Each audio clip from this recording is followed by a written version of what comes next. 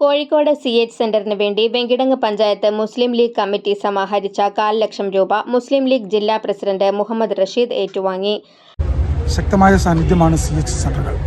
കേരളത്തിലെ CH സെന്ററുകളുടെ ദൈനംദിന ചെലവുകളിലേക്ക് ആവശ്യമായ സംഖ്യയുടെ സമാഹരണമായിരുന്നു വെള്ളിയാഴ്ച, റംസാനിലെ രണ്ടാമത്തെ വെള്ളിയാഴ്ച. ആ വെള്ളിയാഴ്ച സമാഹരിച്ച ഫണ്ടാണ് ഇന്ന് ഏറ്റുവാങ്ങിയത്. അതിന് നേതൃത്വം കൊടുത്ത വെങ്കിടങ്ങ് പഞ്ചായത്ത് മുസ്ലിം ലീഗ് കമ്മിറ്റി അഭിനന്ദിക്കുന്നു.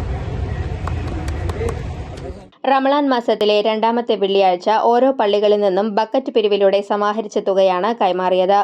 അശരണർക്കും സമൂഹത്തിലെ പാവപ്പെട്ടവർക്കും കഷ്ടത അനുഭവിക്കുന്ന രോഗികൾക്കും മരുന്നും ഭക്ഷണവും സൗജന്യ താമസവും ഒരുക്കുന്ന കോഴിക്കോട് CH സെന്ററിലേക്കാണ് തൃശൂർ ജില്ലയുടെ വിവിധ ഭാഗങ്ങളിൽ നിന്ന് ലഭിക്കുന്ന ഇത്തരത്തിലുള്ള തുക എത്തിക്കുന്നത്.